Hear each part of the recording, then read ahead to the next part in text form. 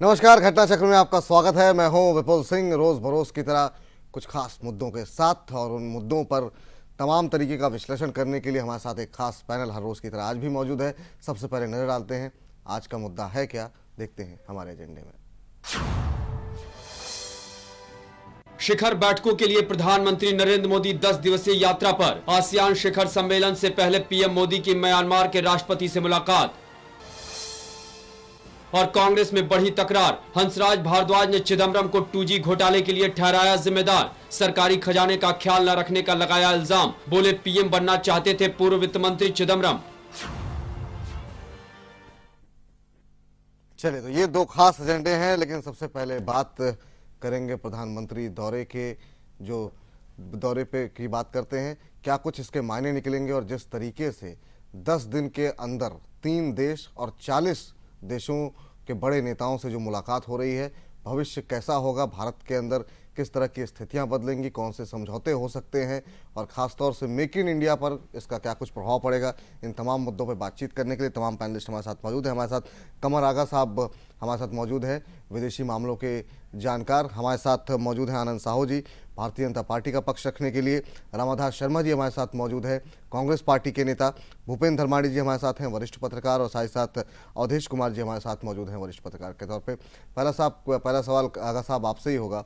ये जो लगातार प्रधानमंत्री के जो दौरे हो रहे हैं और जिस तरीके से वेलकम किया जा रहा है, आज भी जो खबरें आ रही हैं कि कई देशों के राष्ट्राध्यक्ष इस तरीके की जो पॉपुलैरिटी एक तरीके से बढ़ रही है, क्यूरोसिटी है लोगों के अंदर, जो एक कैंपेन चलाया जा रहा है, तमाम एक मार्केटिंग हिंदुस्तान की जिस तरीके से हो रही है दुनिया भर में, आप इसको कैसे देख रहे हैं? और इस दौरे को, जिसमें ऑस्ट्रेलिया खासतौर से सबकी नज़रें लगी हुई हैं और बर्मा में चीन के साथ जो बातचीत होगी, इन दो महत्वपूर्ण चीज़ों पर आपकी राय? देखिए, ये बहुत महत्वपूर्ण दौरा है।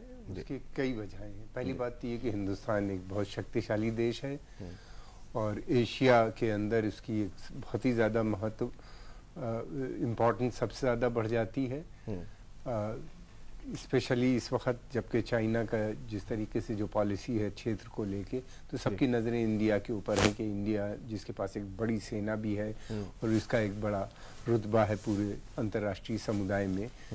दूसरी बात यह है कि मोदी जी का स्वयं पर्सनालिटी और उनका जिस तरीके से उन्होंने डेवलपमेंट एजेंडे को आगे बढ़ाया, उससे एक नई जागृति न केवल इंडिया में आया बल्कि यूथ में, साउथ एशिया और एशिया के दूसरे मुल्कों में बहुत ज़्यादा उसकी सराहना की गई और सबको उम्मीदें दोबारा से बढ़ी। जैसा कि हमने देखा, ये शुरू ही से इत्तेफाक ऐसा हुआ कि पहले ही दिन से, जिस दिन उन्होंने ओथ ली, उसी दिन उनके समारोह में साउथ एशिया के सभी बड़े लीडर यहाँ पे मौजूद थे। फिर उसके बाद उनके जो दौरे शुरू हुए दूसरे मुल्कों के, तो उसकी वजह से एक उनकी जो छवि बनी है एक इंटरनेशनल लीडर के रूप में, वो बहुत सराही जा रही है। दूसरी बात ये कि उन्होंने जो ग्रोथ का कंसेप्ट रखा है कि उसने कहा कि ग्रोथ के साथ साथ एम्प्लॉयमेंट जनरेशन बहुत ज़रूरी है। बग़ैर एम्प्लॉयमेंट के ग्रोथ कोई अच्छी ग्रोथ नहीं समझी जाएगी। ये बहुत और जिसकी वजह से उन्होंने मेड इन इंडिया का स्लोगन दिया। ये चीज़ें जो हैं वो काफ़ी इम्पोर्टेंट। दूसरी बात ये कि ये दौरा बहुत इम्पोर्टेंट है। उसकी वजह ये है कि म्यांमार में 2 बड़े क्षेत्रीय संगठन वहाँ पे हैं, मौजूद मिलेंगे। एक तो आसियान और फिर दूसरा ईस्ट एशिया फोरम। फिर उसके अलावा G20 की मीटिंग जो कैनबरा में ऑस्ट्रेलिया में होनी है। तो ये सब बहुत इम्पोर्टेंट मीटिंग है। इन मीटिंग्स में बेसिकली इकोनॉमिक एजेंडा है। हम सभी जानते हैं कि अंतर्राष्ट्रीय जो इकोनॉमिक क्राइसिस है, ग्लोबल इकोनॉमिक क्राइसिस का दौर चल रहा है और उसमें इंडिया का एक बड़ा रोल है उससे बाहर निकालने के लिए। हिंदुस्तान की एक तो बढ़ती हुई इकनॉमी, सबसे बड़ा एक बहुत बड़ा मार्केट, फिर यहाँ के ऊपर एक कई 100 मिलियन का मिडिल क्लास, लगभग 300 मिलियन लोगों का मिडिल क्लास है जिसकी परचेजिंग पावर काफ़ी ज़्यादा है। तो ये सारी चीज़ें हैं। फिर उसके बाद हिंदुस्तान के अंदर एक बहुत बड़ा एजुकेटेड, कंप्यूटर से भी अंग्रेज़ी बोलता हुआ मिडिल क्लास है जो किसी दुनिया में इतना नहीं पाया जा, किसी भी मुल्क में इतना नहीं पाया जाता दुनिया के। फिर इसके अलावा टेक्निकल जो नो हाउ है इंडिया के पास, या टेक्निकल मैन पावर जो है, जो कि बहुत सस्ती है, वो सब अवेलेबल है। तो सब लोग हिंदुस्तान को एक ग्लोबल प्रोडक्शन हब की तरह देखते हैं कि ये एक ऐसा मुल्क है कि जो दुनिया का प्रोडक्शन हब भी बन सकता है। ये चीजें देखते हुए फिर हिंदुस्तान की एक हिस्ट्री रही है, ये पहली बात नहीं। हिंदुस्तान एक बहुत इंपॉर्टेंट देश है और इन सभी देशों से हमारे हजारों साल पुराने संबंध हैं। इंडियन यहीं से जो धर्म था निकला, बुद्धिज्म इन सभी देशों में पहुंचा, संस्कृत लैंग्वेज का यहाँ पे काफी प्रचार है, इन सभी देशों में काफी प्रभाव भी है वहाँ पे। तो ये एक छोटा सा सवाल मेरा और है बीच में, ये चाइना को लेकर के चीन के प्रधानमंत्री के साथ भी मुलाकात होनी है। अरुणाचल में जो एक नाराजगी थी जो भारत की तरफ से सड़क निर्माण हो रहा है, क्या इस मुद्दे को लेकर के आपको लगता है बातचीत होगी या इस मुद्दे को उठाया जाएगा? जी ये देखिए, बायलैटरल टॉक्स तो शुरू हो चुकी हैं, वो चलती रहेंगी 3 दिन तक, जब तक वो वहाँ पे हैं, 3 दिन 4 दिन यहाँ और दूसरी जगहों पे। कई मसले हैं, एक तो ये है कि वो सड़क का मसला है, वो ट्राईलैटरल सड़क बनेगी जो कि हिंदुस्तान, बर्मा और थाईलैंड तक जाएगी।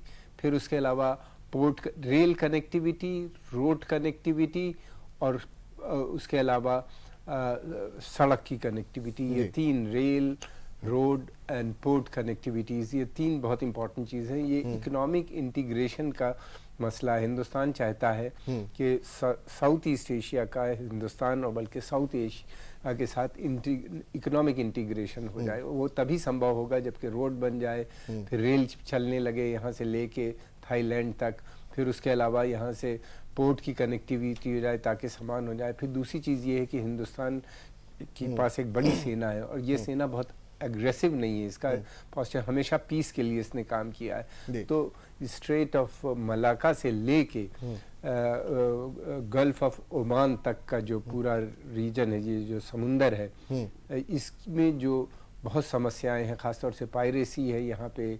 फिर उसके अलावा यहाँ पे आतंकवाद भी लगातार बढ़ता चला जा रहा है, उसका हमेशा खतरा रहता है। उसका प्रोटेक्शन भी हिंदुस्तान की सेना पिछले काफ़ी समय से बहुत अच्छी तरीके से कर रही है। तो ये जो कनेक्टिविटी है रेल, रोड और पोर्ट्स की, फिर उसके बाद जो आतंकवाद के खिलाफ जो एक जंग चल रही है, इससे सभी देश पीड़ित है। हिंदुस्तान अकेला नहीं, बल्कि अगर आप देखें तो साउथ ईस्ट एशिया के बहुत से देश भी उससे पीड़ित हैं। वो भी एक बहुत बड़ा एजेंडा है।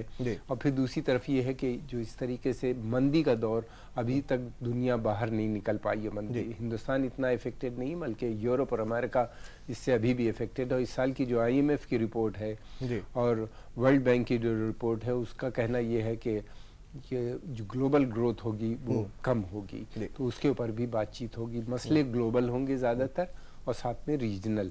और उसके साथ साथ हिंदुस्तान कोशिश करेगा कि बायलैटरल जो उसकी बातचीत है इन देशों के साथ और दूसरे सभी नेताओं के साथ, वो बनी रहेगी। चाइना से बहुत इंपॉर्टेंट बात है, ऑस्ट्रेलिया के साथ बहुत इंपॉर्टेंट डिस्कशन होगा। चाइना ऑस्ट्रेलिया काफ़ी इंपॉर्टेंट है। धर्माणी साहब, आपसे जानना एक चीज़ समझने की कोशिश करेंगे कि बर्मा के साथ भारत के रिश्ते अगर इतिहास पर नज़र डालें बहुत अच्छे रहे जब तक कि वहाँ पर लोकतांत्रिक व्यवस्था थी। उसके बाद से जिस तरीके से वहाँ पर चरमपंथी एक तरीके से और तमाम हिंसात्मक घटनाएं हुई जिस तरीके से, उसके बाद से संबंध उतने बेहतर रहे नहीं बर्मा के साथ। इस दौरे को आप कैसे देख रहे हैं? वाजपेयी गवर्नमेंट में हमने देखा था कि जो तलखी थी, जो दूरी थी, वो कम हुई थी, लेकिन जब तमाम देशों को बुलाया गया प्रधानमंत्री ने शपथ ग्रहण समारोह में, तो बर्मा को आमंत्रित नहीं किया गया। कैसे देख रहे हैं भारत बर्मा के रिश्तों को आप?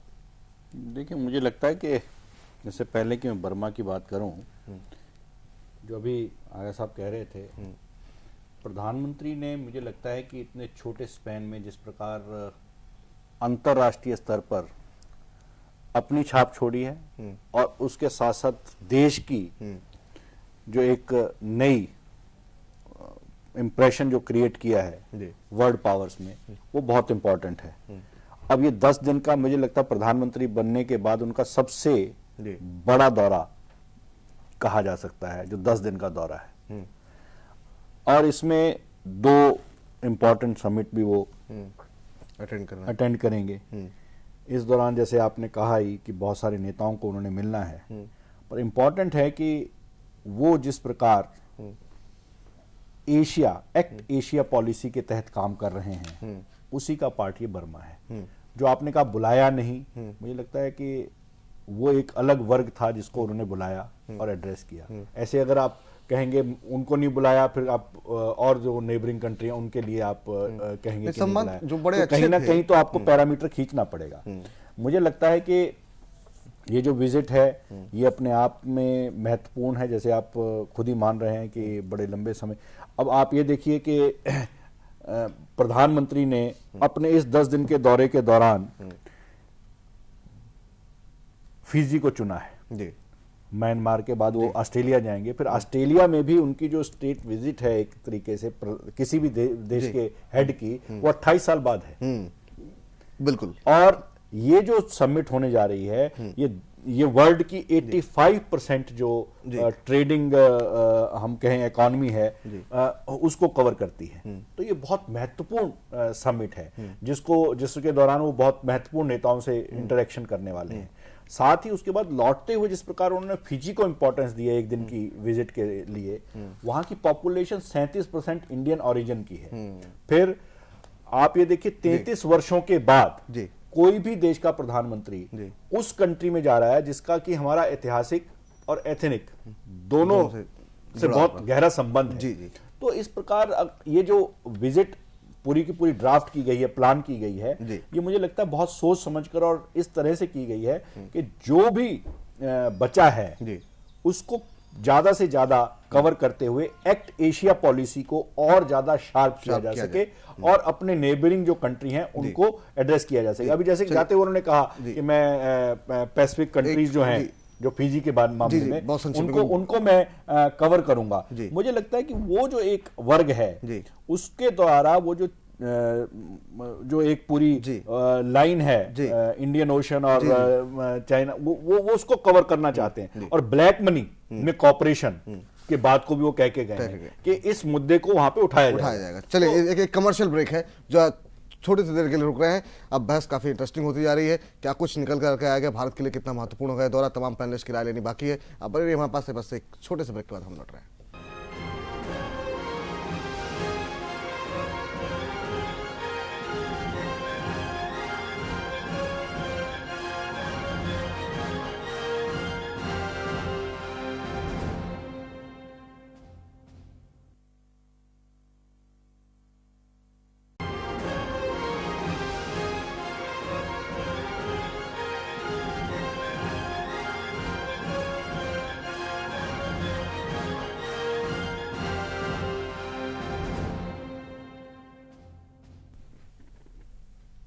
ब्रेक के बाद आपका स्वागत है। हम बात कर रहे हैं प्रधानमंत्री के 3 देशों की यात्रा पर, क्या कुछ उसका असर भारत पे पड़ेगा, क्या किस तरीके से भारत अपनी छवि जो है लगातार जो मजबूत होती हुई दिखाई दे रही है, आगे किस तरीके से वो बनेगी, इन तमाम मुद्दों पहलुओं पे हम बातचीत कर रहे हैं। तमाम एक्सपर्ट हमारे साथ बने हुए हैं। अवधेश जी, एक रिएक्शन आपसे भी लेंगे हम, आप कैसे देख रहे हैं खासतौर से बर्मा को लेकर के, जो मेरा धर्माड़ी जी से भी सवाल था, ये दौरा काफ़ी महत्वपूर्ण है। ऑस्ट्रेलिया को लेकर के खासतौर से लोग तमाम बातें हो रही हैं। G20 सम्मेलन है, G20 में जो देश हैं, दुनिया भर की जो अर्थव्यवस्था है उसका 85% हिस्सा इन G20 देशों से आता है। और बर्मा के रिश्तों पर बहुत संक्षेप में आपकी एक टिप्पणी। अब देखो, इतना संक्षेप में तो टिप्पणी नहीं हो गई, इसलिए कि जो है पहली बात ये, जिस समय प्रधानमंत्री जी ने दक्षिण एशिया अपने शपथ ग्रहण समारोह में आयोजित किया था, हम लोगों का भी मानना था कि म्यांमार को नहीं ही छोड़ना चाहिए था, अगर बुला ले लेते तो अच्छा होता। लेकिन वो सार्क के अलावा केवल एक ही देश को बुलाया गया था, लेकिन उससे कई संबंधों पर असर पड़ा हो ये मैं नहीं मानता हूं। देखो, म्यांमार से हमारा 1600 किलोमीटर लंबी सीमाएं लगती है, वहां कई इंफ्रास्ट्रक्चर प्रोजेक्ट हम चला रहे हैं, गैस के हैं, बाकी के हैं। और नरेंद्र मोदी ने अपनी यात्रा के पहले जो 3 बातें कही है, पहला तो ये कहा है कि हिंद महासागर जैसे क्षेत्र में जो जटिलताएं हैं वो ऐसा कहीं नहीं दिख रहा है दुनिया में। प्रशांत क्षेत्र के बारे में भी उन्होंने कहा है कि प्रशांत के क्षेत्र में भी जिस प्रकार के तनाव और बाकी कॉम्प्लिकेशन है वो हमको नहीं दिखा है। और तीसरा ये कहा है कि जो हमारी एशिया की लुक पॉलिसी है उसके तहत हम जा रहे हैं। और जापान से वो हो करके आए हैं, जापान में उन्होंने अपनी एशिया नीति के बारे में कहा था। म्यांमार के राष्ट्रपति से उनकी मुलाकात हो चुकी है, 50 मिनट की बातचीत हुई है, आंग सान सूकी से भी मिल रहे हैं। तो चीन का म्यांमार में बहुत ज्यादा हस्तक्षेप रहता है, लेकिन इस समय म्यांमार की जो हालत हो गई है, खास करके वहां के राइट्स को लेकर के, जो बौद्धों के बीच और वो रोहिंग्या मुसलमानों के बीच हुआ है, उसमें काफी संख्या में लोग भारत की ओर भी भागे हैं। और वो एक ऐसा मुद्दा है, क्योंकि म्यांमार की शांति जो है हमारे लिए शांति है। दूसरा, जो मादक द्रव्यों का व्यापार है उस एरिया से नॉर्थ ईस्ट के अलावा भारत की ओर होता है, वो एक हमारे लिए बड़ा मुद्दा है इस समय, जिसको उठाना चाहेंगे। लेकिन जो इस दौरे का जो प्रमुख भाग है, जैसा आगा साहब ने कहा कि भाई एक साथ म्यांमार में 10 तो पहले आसियान के, 10 वो पूर्वी एशिया मिला के ये इतने राष्ट्राध्यक्ष जुटेंगे, तो चीन के प्रधानमंत्री से वहां पहली बार मुलाकात होगी। इस पूरे दौरे के बाद हम ये कह सकते हैं कि दुनिया का कोई प्रमुख नेता नहीं बचेगा जिससे कि भारतीय प्रधानमंत्री की मुलाकात नहीं हो चुकी होगी। ये एक महत्वपूर्ण है। दूसरा यह है कि ऑस्ट्रेलिया में जो के बारे में जो बयान सुरेश प्रभु को G20 का बनाया गया है दूत, उन्होंने कहा है कि वहां इंटरनेशनल इकोनॉमिक जो मैनेजमेंट है, मूल बात हमारी उस पर होनी है, जो अंतरराष्ट्रीय इस समय जो है वो होनी है, और बाकी तो जो सांस्कृतिक संबंध बाकी वो चलना है तो वो उनसे है। लेकिन जो मेरा ध्यान है वो इस पर है कि जो नरेंद्र मोदी ने बहुत साफ साफ कहा है कि हिंद महासागर और प्रशांत क्षेत्र की जो जटिलता है, उसका मतलब यह हुआ कि इस समय जो चीन को लेकर के जो जापान का भी, जो ऑस्ट्रेलिया का भी, जो वियतनाम का भी, जो बाकी के है, उसमें ऑस्ट्रेलिया जापान के साथ हमारे गहराते रक्षा संबंध भी वो एक चीन के लिए समस्या है, और उससे भारत पीछे नहीं हट सकता है। और ये बातचीत टोनी एबट के साथ जो मुलाकात है उसमें सुरक्षा शामिल है, जो न्यूक्लियर कोऑपरेशन ट्रीटी हुआ उसको कैसे आगे लागू किया जाए वो भी शामिल है। तो वो ब्लैक मनी तो रहता ही है, ब्लैक मनी जो इंटरनेशनल लेवल पर है वो मेरे हिसाब से तो फारस की बात है, उतना पैसा न था, वो एक चुनावी मुद्दा बड़ा था ना, उससे कुछ ज्यादा निकलने वाला है। उसमें समय जो लोग कॉपरेशन क्या है, आप टैक्स की बात करते नहीं, 1 2 3 बात मैं पूरी कर दूं जी, उसके बाद आप लोग लेना, आपका आगे चला जाएगा। जो फिजी में हो जा रहे हैं ना, 12 द्वीपीय देश के नेताओं को वहां भी बुला लिया है, लेकिन जो सबसे बड़ा कार्यक्रम वहां है वो 2 है ऑस्ट्रेलिया में। एक तो वहां के प्राइम मिनिस्टर ने इतने पुराने जो वहां क्रिकेट ग्राउंड है मेलबर्न का, वहां जो है भारी संख्या में क्रिकेट खिलाड़ियों को, पुराने सारे ट्रॉफी को बुलाया है, भारत से भी क्रिकेट खिलाड़ियों को बुलाया है, वहां के भी पुराने लोग रहेंगे, और साथ ही साथ 1000 लोगों को इन्वाइट किया है। तो वो एक बड़ा कार्यक्रम है ऑस्ट्रेलिया का, यह दिखाने के लिए कि भारत के प्रति वो अब पहले की तरह केवल वो माने जिसको बोलते हैं कि शुष्क डिप्लोमेटिक, एक सूखी हुई कूटनीति नहीं, बल्कि एकदम एक हरियाली वाली और उस प्रकार से खुली हुई नीति बनाना चाहता है। और एक कार्यक्रम उनका होना है जो हम लोग देखेंगे, जैसे मेडिसिन स्क्वायर में हुआ है, 27,000 लोगों के आने की संभावना है। तो कुल मिलाकर के मोदी इस समय दुनिया में ऐसे नेता के रूप में उभर रहे हैं तत्काल, वो साल 2 साल 3 साल बाद क्या होगा मैं नहीं जानता हूं, जिससे मिलने की दुनिया के पत्रकारों की भी, दुनिया के राजनेताओं की भी, दुनिया के कूटनीतिज्ञों में भी एक असीम जिसको आकांक्षा कहते हैं वो देखी जा रही है। चलिए जरा पहले कांग्रेस से एक टिप्पणी लेते हैं। आपके समय ये कहा गया कि कई बार जो है जो स्थिति अभी बन रही है वो स्थिति कांग्रेस के ज़माने में देखने को नहीं मिली, छवि काफ़ी जो है इतनी खराब हो गई थी, तमाम निवेश जो है एफआई निवेश जो है वो काफ़ी कम होता जा रहा था, खासतौर से जिस तरह के घोटाले आ रहे थे। आपको लग रहा है अभी जो कदम उठाया जा रहा है प्रधानमंत्री की तरफ से वो काफ़ी सकारात्मक है, एफआई जो निवेश है वो दोबारा बढ़ता हुआ दिखाई दे रहा है, लोगों का हिंदुस्तान पे भरोसा दोबारा बनता हुआ दिखाई दे रहा है? दुनिया में जितनी सामग्रियों की बिक्री हो रही है उसका 60% से ज्यादा सामग्रियों का निर्माण, यंत्र हो, कलम हो, पेंसिल्स हो, उसका निर्माण आज के दिन में चीन में हो रहा है। चाहे वो सामान अमेरिका में बिक रहा हो, ऑस्ट्रेलिया में बिक रहा हो या हिंदुस्तान में बिक रहा हो। चीन ने इस प्रक्रिया की शुरुआत आज से लगभग 20-25 साल पहले की थी और 25 सालों में आज के दिन में वो इस स्थिति में पहुंचा है। लेकिन जो उपभोक्ता देश हैं, चीन के अलावे दूसरे जो देश हैं, उन लोगों के मन में ये भय अब सताने लगा है कि अगर चीन का मैन्युफैक्चरिंग सेक्टर कोलैप्स हुआ तो हम क्या करेंगे। तो अब उन सभी देशों को ऐसा कोई देश चाहिए जिस देश में जनसंख्या हो, जिस देश में रॉ मटेरियल्स अवेलेबल हो, सस्ता लेबर मिले। तो इस दिशा में सरकार, कांग्रेस सरकार भी काम कर रही थी, उसके पहले की भी सरकारें काम कर रही थी और वर्तमान सरकार भी काम कर रही थी। लेकिन हाँ, अब आगे का 5 वर्ष जो है, ये 5 वर्ष भारत में मैन्युफैक्चरिंग सेक्टर के ग्रोथ का वर्ष है और हमारे माननीय प्रधानमंत्री जी इस दिशा में प्रयास कर रहे हैं। जितना ज्यादा प्रयास वो करेंगे उतना ही ज्यादा यहाँ पर उद्योग आएगा, जितना उद्योग आएगा ज्यादा उतना ही रोजगार मिलेगा और स्वाभाविक है इससे पूरे देश का विकास होगा और इसको दलगत भाव से ऊपर उठ के देखा जाना चाहिए। वर्मा पे मैं एक बात आपको संक्षेप में कहना चाहूंगा, जो बाकी सब पैनलिस्ट विद्वान पैनलिस्टों ने कहा, लेकिन एक छोटी सी बात, जैसे बराक नदी जो है, बराक नदी से हमारी सीमा 140 किलोमीटर मात्र मिलती है हिंदुस्तान की। बर्मा, वो नदी का जोन जो है वो बर्मा में पड़ता है, लेकिन किनारा उसका हमारे पास है। चीन के बांध बना देने से और जो उसका वाटर कैचिंग पॉइंट्स था उसमें हर्डल्स खड़ा करने से उसका पार्ट जो है, चौड़ाई उसकी जो है वो बहुत कम हो गई है बीते 8-10 सालों में।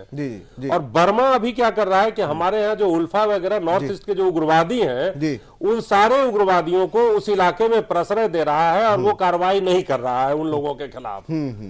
तो ये एक बात है। माननीय प्रधानमंत्री जी को तो विद्वान व्यक्ति हैं, उनके साथ बड़ी अच्छी टीम है लगी हुई, तो निश्चित रूप से वो इस दिशा में भी प्रयास करेंगे ताकि पूर्वोत्तर में शांति बनी रहे। साहू साहब, बहुत संक्षेप में आपकी टिप्पणी जो है इस दौरे को लेकर। विपुल जी, सबसे बड़ी बात मैं एक चीज कहना चाहूंगा कि जिस तरह से चाइना ने अपना जो है आर्थिक स्थिरता अपना बनाया और उसके बाद भारत की जब बारी आई, एक बहुत ही अच्छे प्रधानमंत्री के रूप में अस्थाई सरकार बनी यहाँ उनके नेतृत्व में, और उसके बाद जो प्रधानमंत्री जी का बारी आई तो जैसे चाइना क्या किया कि वो दुनिया के मार्केट को कैप्चर करते गया, लेकिन बिजनेस दूसरे राष्ट्र में बढ़े ना बढ़े उसके लिए उन्होंने अपना पूरा पॉलिसी बनाया और अस्थिरता दूसरे राष्ट्रों में बढ़ते गया। और भारत की नीति ये रही है, ये बना दिया अभी माननीय प्रधानमंत्री जी ने कि दुनिया के जो भी राष्ट्र हमारे पड़ोसी राष्ट्र हैं, हम अगर कहते हैं कि मेक इन इंडिया, तब भी अगर उनके भी अगर कोई उद्योगपति आते हैं या हमारे कोई उद्योगपति उनके यहाँ जाकर के अगर कोई बिजनेस करते हैं, तो उनका ये मानना है कि हम अगर पूरे जितने भी हमारे पड़ोसी राष्ट्र हो, चाहे हमारे मित्र राष्ट्र हो, चाहे अन्य राष्ट्र हो, अगर स्थिरता चाहिए ग्लोबल मार्केट में जी, तो हमें बराबर जो है साथ, मतलब उनका जो कहना है कि सबका साथ सबका विकास, उसको कहीं ना कहीं अंतर्राष्ट्रीय जगत में भी। अब देखिए कई ऐसे विषय आए जहां पर कि अब ऑस्ट्रेलिया में ही देखिए 28 वर्ष बाद कोई भारत के प्रधानमंत्री जा, बिल्कुल बिल्कुल, ये कितना बड़ा विषय है। लेकिन व्यापार ऑस्ट्रेलिया से नियमित रूप से होता रहा है, आज भी हो रहा है, आज भी हो रहा है। चले, एक विषय बहुत बड़ा है अंतर्राष्ट्रीय जगत के लिए कि आज भारत ऐसा राष्ट्र है जिसकी तरफ पूरा दुनिया देख रही है। आगा साहब से जरा एक सवाल लेना चाहिए क्योंकि आप लोगों के लिए जो अगला विषय है वो काफी दिलचस्प है, बहुत बोलने का मौका मिलेगा साहब जी। अगला विषय सिर्फ जो है राजनीतिज्ञों के लिए करके अगर हम आगे बढ़ रहे हैं तो निश्चित रूप से कहीं ना कहीं चाइना जो है उसका जो एकाधिकार था मार्केट में। चलिए आगा साहब आपसे एक चीज समझना चाहेंगे, बर्मा स्पेसिफिक भारत की जो स्थिति जो जी साहू जी, अगला मुद्दा जो है वो उसमें काफी आपके लिए मसाला है, उसमें आप दिल खोल करके कांग्रेस के खिलाफ बातचीत कीजिएगा और तमाम मुद्दों को उठाइएगा। विपुल जी, मैं कुछ और कह रहा था। देखिए मेरा ये कहना है कि आज बहुत कम समय में दुनिया के 40 से बड़े लीडर्स को वो मिल रहे हैं और अपने बारे में, अपने राष्ट्र के बारे में जिस प्रकार से उन्होंने अपना काम शुरू किया है उसको दुनिया देख रही है। मुझे लगता है कि भारत जो है एक दुनिया का गुरु बनने की ओर एक कदम आज आगे बढ़ रहा है। प्रधानमंत्री गुरु बनने के चक्कर में दुनिया के सारे लीडर लोग उनसे मिलने को प्रयासरत थे और एक इशू ने उनको हीरो से विलेन बना दिया। चलिए वो विषय नहीं है आज, सर अभी शुरुआत है, अभी चलिए ठीक है आगा साहब विदेश मामलों के जानकार हैं। जरा एक सवाल मेरा उनसे बर्मा को लेकर के सवाल है कि क्या ये जो एक मुद्दा है वहां पर खासतौर से जो बौद्ध धर्म, जैसा कि अभी बता रहे थे अवधेश जी, और वहाँ पर रोहिंग्या मुसलमानों को के बीच में विवाद है, कहा यह भी जा रहा है कि वहाँ पर उनको नागरिकता और राष्ट्रीयता तक नहीं मिल रही है। क्या इन मुद्दों को उठाया जाएगा क्योंकि वहाँ से बड़ी संख्या में आबादी कई जगहों पे गई और भारत भी उसमें से एक है, जहां पर बड़ी संख्या में रोहिंग्या मुसलमान वहां से निकल करके हिंदुस्तान और सऊदीया जैसे देशों में शरण ले रहे हैं। क्या इस मुद्दे को उठाया जाएगा इस मुलाकात के दौरान? देखिए, पड़ोसी देश है, पड़ोसी देश में हिंदुस्तान की नीति होती है, हिंदुस्तान ये चाहेगा कि वहाँ पे अमन और शांति बनी रहे, और अगर वहाँ की अमन और शांति भंग होती है तो बहुत बड़ी तादाद में रिफ्यूजी हिंदुस्तान के अंदर आते हैं। इंसर्जेंसी भी वहाँ पे है, एक दो ग्रुप नहीं, बहुत से नॉर्थ ईस्ट के जो इंसर्जेंट ग्रुप्स हैं उन्हीं ने भी वहाँ पनाह ले रखी है। लेकिन ये कि पिछले कुछ समय से कोऑपरेशन हमारा म्यांमार से काफ़ी अच्छा बन गया है, और बहुत से ऐसे लोग हैं, उनके बहुत से शिविर भी बंद किए गए हैं, कुछ शिविर भी बंद किए गए हैं, कुछ और भी चल रही है। लगातार बातचीत वहाँ पे उन लोगों से इस मुद्दे को लेके चल रही है। दूसरी चीज़ जो सबसे बड़ा मुद्दा ये है कि चाइना वहाँ के ऊपर जो मिलिट्री अपने जो बेसिस बना रहा है वो एक बहुत चिंता का विषय है भारतवर्ष के लिए। खासतौर से वहाँ पे जो उसने नेवल बेस, एक बड़ा नेवल बेस जो बन रहा है, वो मिलिट्री के यूज में भी आ सकता है और आएगा, और नेवल उसकी फिर उसके अलावा उसने वहाँ पे कुछ अपने लिसनिंग पोस्ट और इस तरह के जो सेंटर्स बनाए हैं, कम्युनिकेशन सेटअप किए हैं, जो कि बिल्कुल हिंदुस्तान की अंडमान निकोबार आइलैंड से बहुत करीब हो जाते हैं, जिससे वो भारत के अंदर जो भी मिसाइल टेस्टिंग वगैरह हम लोग करते हैं, भारत करता है, उसके ऊपर वो नज़र बनाए रहते हैं। फिर उसके अलावा वहाँ की गतिविधियों पे, वहाँ पे हिंदुस्तान का बड़ा नेवल बेस है।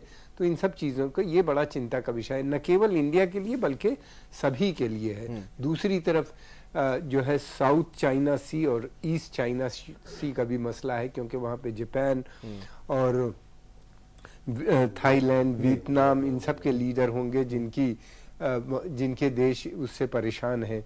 वहाँ पे चाइना की लगातार एक्सपेंशनिस्ट पॉलिसीज वहाँ पे भी जारी है, और उससे बहुत टेंशन साउथ ईस्ट एशिया में फैल गया है। तो साउथ ईस्ट एशिया के सभी देश चाइना की ये बढ़ती हुई एक्सपेंशनिस्ट पॉलिसीज से इसमें जो आपने बात कही बहुत महत्वपूर्ण बात है। ये जो सी रूट है, पर्टिकुलरली जो हिंद महासागर और जो आपने बात कही, इससे बहुत बड़ी तादाद में ट्रेड होती है। इसको लेकर जो कंसर्न है, जो कंट्रीज आपने कुछ नाम लिए, कुछ जैसे अपना दुबई, थाईलैंड, ये जो कंट्रीज इस बेल्ट के अंदर हैं, इनका भी जो एक इंटरेस्ट है वो भी मेरे को लगता है कहीं ना कहीं चाइना जो है हिट करता है। देखिए, इसमें सबसे बड़ी बात ये हुई कि चाइना ने पिछले कुछ समय पहले अपनी एक पॉलिसी बनाई थी, जिसके तहत उसने गॉर्डर में पाकिस्तान के अंदर एक बड़ा पोर्ट बनाया है, नेवल बेस। फिर उसके बाद उसने म्यांमार में, जो कि बिल्कुल बे ऑफ बंगाल जिसे कहना चाहिए, वहाँ पे, फिर उसके अलावा उसने श्रीलंका में एक उसका है, यही नहीं जी बेस बनाया जी, इन सभी देशों में। फिर उसके अलावा वो और भी दूसरे देशों में जो कि बिल्कुल हिंदुस्तान को चारों तरफ से घेराबंदी जिसे कहना चाहिए करने की, वो एक बड़ी चीज। ये जो बेसिस बनाए जा रहे हैं, इससे इंटरनेशनल जो नेविगेशन है, जो रूट है, सी रूट्स हैं, उसके ऊपर भी असर पड़ रहा है। हिंदुस्तानी को नहीं, अमेरिका भी काफी चिंतित है, दूसरे देश भी काफी चिंतित है, सभी देश चिंतित है। फिर दूसरी तरफ उसकी जो अग्रेसिव पॉलिसी है साउथ चाइना सी को लेके और ईस्ट चाइना सी को लेके, यानी जापान और वियतनाम और दूसरे देशों को लेके, वो बहुत परेशान कुन है सबके लिए। एक छोटा सवाल बहुत संक्षेप में जवाब चाहेंगे। भारत के अंदर जिस तरीके से अभी ऊर्जा की आवश्यकता है, और बर्मा के अंदर प्राकृतिक गैस का, नेचुरल गैस का जो काफ़ी बड़ा भंडार वहाँ मौजूद है, चाइना में काफ़ी हद तक उस पर जो है एक तरीके से वो उनको आसानी से अवेलेबल है। क्या हिंदुस्तान ये कोशिश करेगा कि वहाँ से, क्योंकि हमारे लिए गैस वहाँ से मंगाना काफ़ी सस्ता भी पड़ेगा और आसान भी पड़ेगा, इस पर बातचीत हो सकती है क्या? इस मामले में चीन से बाजी मार पाएगा क्या भारत? देखिए, बायलैटरल टॉक्स में ये सारे मुद्दे आएंगे, रेफरेंस होता है, फिर उसके बाद ये मुद्दे चले जाते हैं फॉरेन मिनिस्ट्री, टेक्निकल कमिटीज इसके ऊपर बात करते हैं। एक तो पहले सहमति हो चुकी है, इसके ऊपर कुछ थोड़ी बहुत चीज़ें हैं जो अभी होनी है, और अगर आज वहाँ से गैस लाई जा सकती है, वहाँ से भी, और बांग्लादेश से भी जो कुछ है वो भी लिया जा सकता है।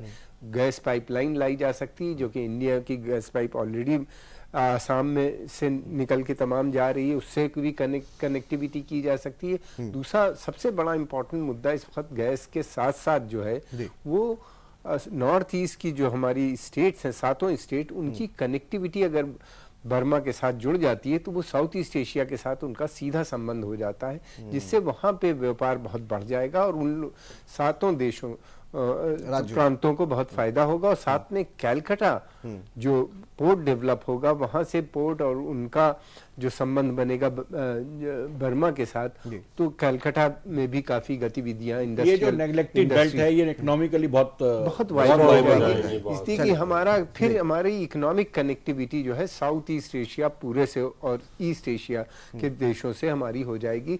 ये आज की नहीं है, पहले भी इस तरह की कनेक्टिविटी थी, लेकिन पहले इस तरह के सी रूट्स नहीं थे, छोटे जहाज चलते थे। ये हजारों साल पुराने रास्ते हैं, कोई वीजा पासपोर्ट नहीं था इन देशों में, बल्कि यहाँ से जब उनके यहाँ कोई राजा की जरूरत होती तो वो यहाँ हिंदुस्तान उनको राजा तक प्रोवाइड करता था इन देशों को।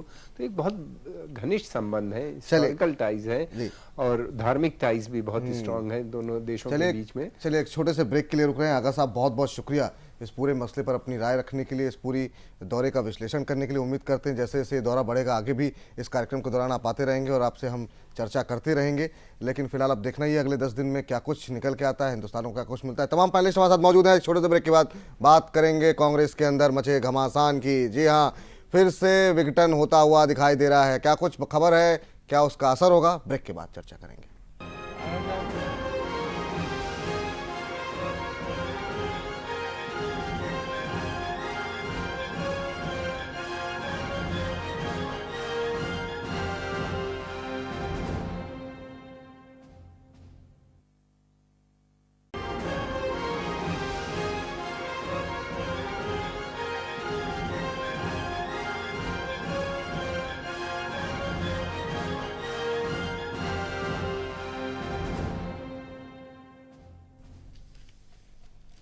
घटना चक्र में ब्रेक के बाद आपका स्वागत है। तमाम पैनलिस्ट हमारे साथ मौजूद हैं और अब बात करेंगे कांग्रेस की। जी हां, कांग्रेस के अंदर जैसे जैसे हार का सिलसिला बढ़ रहा है, तमाम वार प्रत्यारोप भी हो रहे हैं, आरोप प्रत्यारोप हो रहे हैं। वहां पर आज पूर्व कानून मंत्री हंसराज भारद्वाज ने आरोप लगाया पूर्व गृह और वित्त मंत्री पी चिदम्बरम पर। कहा कि वो प्रधानमंत्री बनना चाहते थे, 2G घोटाले के लिए वो जिम्मेदार हैं। पूर्व प्रधानमंत्री मनमोहन सिंह के खिलाफ राहुल गांधी को भड़काया गया। तमाम बातें उन्होंने कही। किस तरफ जा रही है कांग्रेस, तमाम पैनलिस्ट से पूछेंगे। हमारे साथ मौजूद हैं कमल आगा साहब, विदेशी मामलों के जानकार। आनंद साहू जी हमारे साथ मौजूद हैं, भारतीय जनता पार्टी के नेता। रामाधार शर्मा जी हैं, नेता कांग्रेस के। भूपेंद्र धर्माड़ी जी हैं, वरिष्ठ पत्रकार। साथ मौजूद हैं अवधेश कुमार जी, वरिष्ठ पत्रकार। लेकिन इस चर्चा को आगे बढ़ाएं जरा, उससे पहले आपको सुनाते हैं क्या कुछ कहा हंसराज भारद्वाज ने। वो तो कभी कांग्रेसी था ही नहीं, बताओ कब था वो कांग्रेसी? वो तो पार्टी बदलता रहा है और फाइनेंस मिनिस्टर बनने के लिए हमेशा हर आदमी इसको आगे करते थे। जबकि डॉक्टर मनमोहन सिंह सर्वश्रेष्ठ फाइनेंस मिनिस्टर थे इस देश के, नरसिम्हा राव की गवर्नमेंट में। मैं उनके साथ भी मंत्री था। चिदम्बरम को वो अपनी भाषा और एजुकेशन के आधार पर सब ब्रोबीट करता दो लोगों को, और हमने तो उसका हर जगह हम देखा उसका परफॉर्मेंस। 2G में पूरी जिम्मेवारी उसकी है। अगर वो सही फाइनेंस मिनिस्टर सही अपनी ट्रेजरी को डिफेंड करता तो ये स्कैम होता ही नहीं।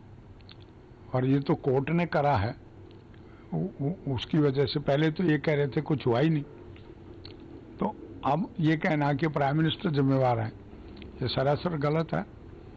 एक तो फाइनेंस मिनिस्टर का काम है ट्रेजरी को स्ट्रांग रखना। A weak treasury means weak government.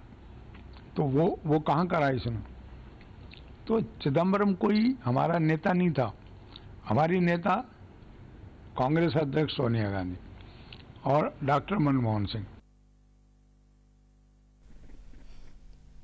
चलिए, चिदम्बरम कांग्रेसी थे नहीं, चिदम्बरम हमारे नेता नहीं है, 2G घोटाले के लिए चिदम्बरम जिम्मेदार हैं। तमाम बातें कही गई हैं, तमाम पैनलिस्ट मौजूद हैं। समय कम है, इसलिए मेरी सभी पैनलिस्ट से निवेदन है कि संक्षिप्त में अगर अपनी बात रखें तो सबकी राय जो है हम शामिल कर लेंगे। सबसे पहले कांग्रेस से ही पूछते हैं। रामाधार जी, क्या हो रहा है आपके यहाँ? चिदम्बरम साहब ने कहा कि कांग्रेस के अंदर जो है गांधी फैमिली के बाहर से भी लोग आ सकते हैं, अध्यक्ष बन सकते हैं।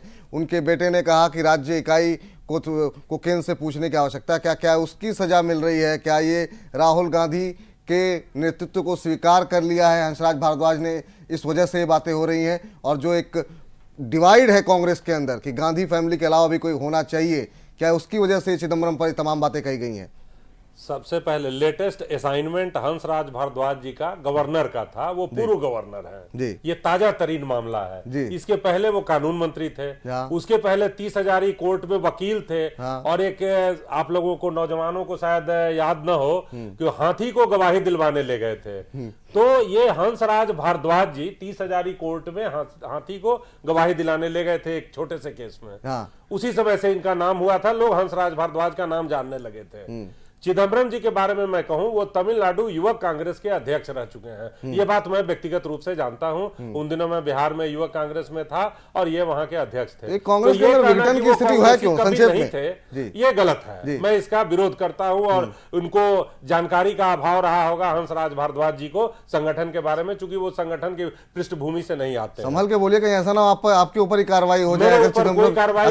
हंसराज भारद्वाज जी ने परिवार के निष्ठावानों में इनकी गिनती रही है। मेरे परिवार, मेरे ऊपर कोई कार्रवाई नहीं। मैं कभी नेहरू इंदिरा परिवार के, देखिए नेहरू इंदिरा परिवार के पुराने वफादार रहे हैं। रायबरेली में इंदिरा जी के चुनाव और राजीव गांधी के चुनाव का भी प्रबंधन देखते रहे हैं। हाँ, वो देखने दीजिए। जो बोल रहे हैं, मैंने जो बातें कही उनके बारे में वो पूर्णतः सत्य है और मैं उनका इसमें जो भी कॉन्सिक्वेंसेज होंगे उसका सामना करने को मैं। अब आगे की बात, मतलब ये तो मान रहे हैं ना कि कॉन्सिक्वेंसेज हो सकते हैं। अगर होंगे तो उसका जवाब मेरे पास है। मैंने कोई गलत क्या होगा बिहार में? कौन सा इस तरह से पार्टी संकट में है और आप पूर्व मंत्री को, पूर्व वित्त मंत्री को, पूर्व गृह मंत्री को आप पूरी तौर पर एक्यूज किए जा रहे हैं, ये उचित नहीं है। मैं इसे उचित नहीं मानता। संकट के समय में अगर संकट है दल के ऊपर तो सब लोगों को, अगर हंसराज भारद्वाज कुछ कर सकते हैं पार्टी के लिए, सहयोग कर सकते हैं, पार्टी का सहयोग करें, गाइडलाइन दे लोगों को, नौजवानों को बताएं। तो ये कौन सा पाठ पढ़ा रहे हैं? मुझे इनका ये पाठ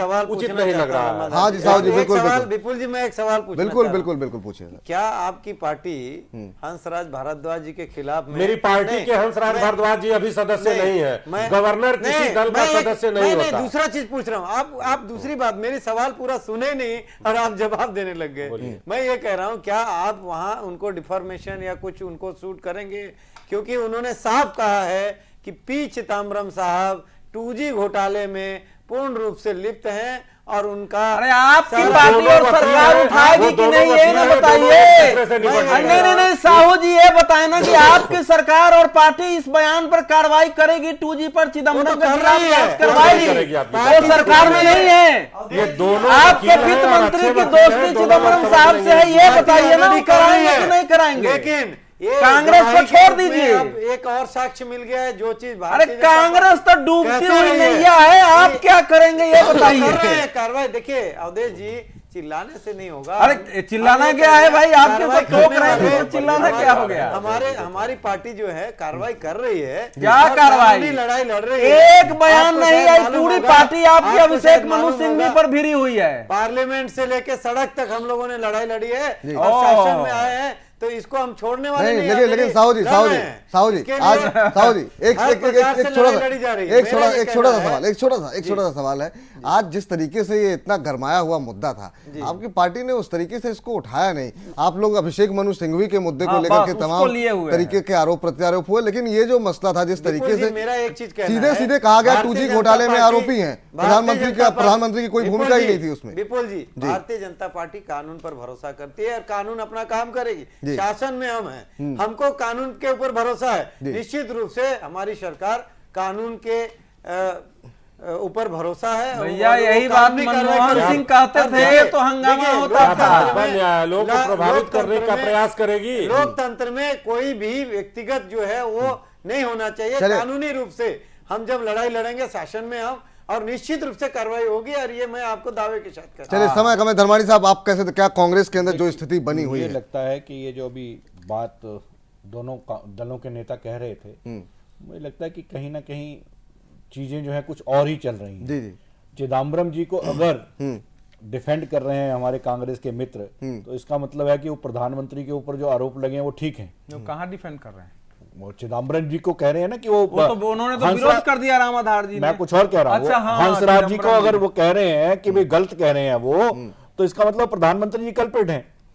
उनकी ये बात बिल्कुल ठीक है कि आज की डेट में हंसराज भारद्वाज ने वो मर्यादाएं खत्म कर दी जो एक गवर्नर को रखनी चाहिए थी। गवर्नर होते हुए उन्होंने साफ कह रहे हैं कि मेरी नेता सोनिया गांधी, इसका मतलब जो कुछ वहां पे इसका मतलब ये हुआ कि जो कुछ कर्नाटक में हो रहा था उसके बाद येदियुरप्पा की सरकार के साथ वो हंसराज भारद्वाज 10 जनपद के इशारे पे कर रहे थे।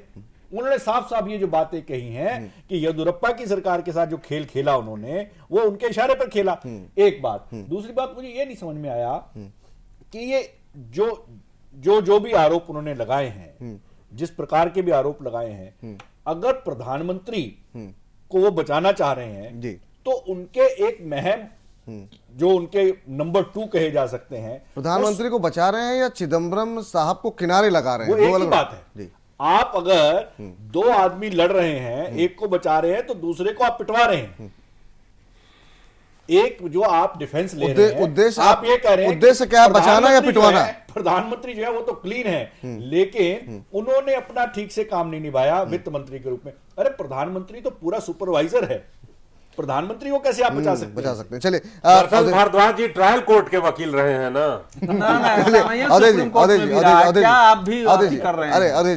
देखो, मुझे तो ये लग रहा है कि जैसे कृष्ण भगवान का नाम लिया जाता है ना, कि जब तक उनकी महिमा थी यदुवंशी सब एक होते थे और स्वर्णिम युग था।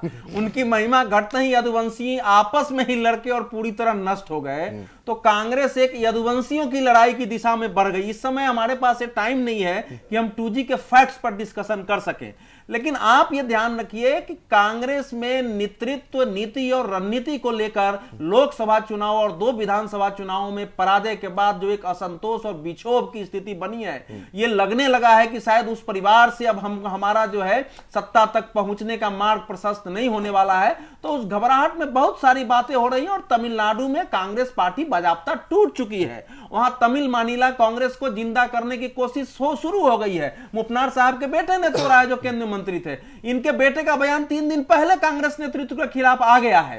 उनको निलंबित भी कर दिया गया। वो तो विलंबित, इसलिए वो एक अभी क्या होगा आगे कहना कठिन है। गांधी फैमिली के अलावा कोई चेहरा बन सकता है मुखिया? नहीं, इस समय तो चिदम्बरम जी ने ही बयान दिया था कि उसके अलावा मुखिया बन सकता है, जिस समय से उनको निशाना बनाया जा रहा है। नहीं, पर जो विरोध है उसको देखते हुए लगता है कुछ ना कुछ करेंगे। नहीं, इस समय ऐसा है, इस समय की हालत यह है कि कांग्रेस के बड़े नेताओं को सूझ नहीं रहा है कि नरेंद्र मोदी का उत्तर हम कैसे दें। थोड़ा धैर्य से रुक करके, पेशेंस से शांत होकर के नीति बनाए, जरूरत पड़े तो नेतृत्व में परिवर्तन करें, जरूरत पड़े तो कुछ नए लोगों को लाए, पार्टी के वैचारिक और सांगठनिक पुनर्रचना की कोशिश करें। ये नहीं हो रही है। तो इसीलिए मैं कह रहा हूं कि यदुवंशियों की लड़ाई के लिए और देश के लिए बहुत दुर्भाग्यपूर्ण होगा कि कांग्रेस जैसी पार्टी चुनावी पराजय के बाद लड़के खत्म हो जाए, तो विपक्ष बचेगा कहां भारत में?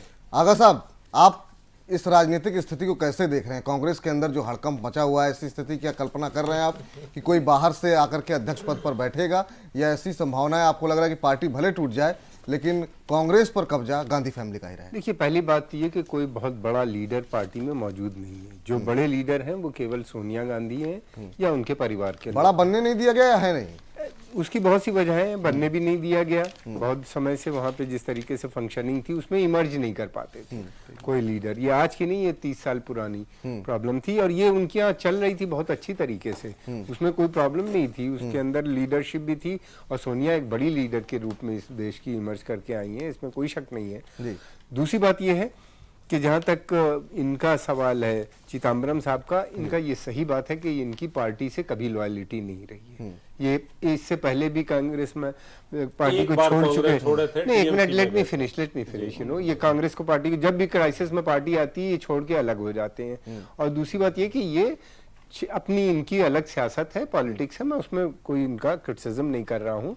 इस समय भी ये समझ रहे हैं कि इनको वहां पे डीएमके की ज्यादा जरूरत है, बल्कि कांग्रेस पार्टी की वहां पे इतनी इंपॉर्टेंस नहीं है। पार्टी भी बहुत कमजोर है तमिलनाडु में, तो ये वापस जाना चाहते हैं। उसके लिए ये सारी कोशिशें कर रहे हैं। जहां तक सवाल है भारद्वाज साहब का, वो कांग्रेस लॉयलिस्ट हैं, हम उनको माने या ना माने, वो बहुत उनका घनिष्ठ संबंध है नेहरू पर गांधी परिवार के साथ भी और पार्टी के साथ भी, और वो काफी समय से कांग्रेस पार्टी में रहे और कभी उन्हीं ने पार्टी छोड़ी नहीं। जब भी पार्टी ने जो भी उनको काम दिया है वो उन्हीं ने काम किया है। कांग्रेस पार्टी की इस वक्त स्थिति बहुत ही खराब है। इतनी बड़ी पार्टी जो कि जिसकी की एक हिस्ट्री है, 127 साल पुरानी हिस्ट्री, और जिसने हमेशा काफी सीटें जीती, इमरजेंसी के बाद भी इससे ज्यादा सीट उसको मिल गई थी। एक वजह मानते हैं आगा साहब कि इसका सबसे बड़ा कारण ये होगा कि जो इनका जो इंटरनल डेमोक्रेसी जो है, जी मैं कह रहा होने के कारण, हाँ बिल्कुल सही आपने कहा, घटना जो है नहीं अब वो न होने की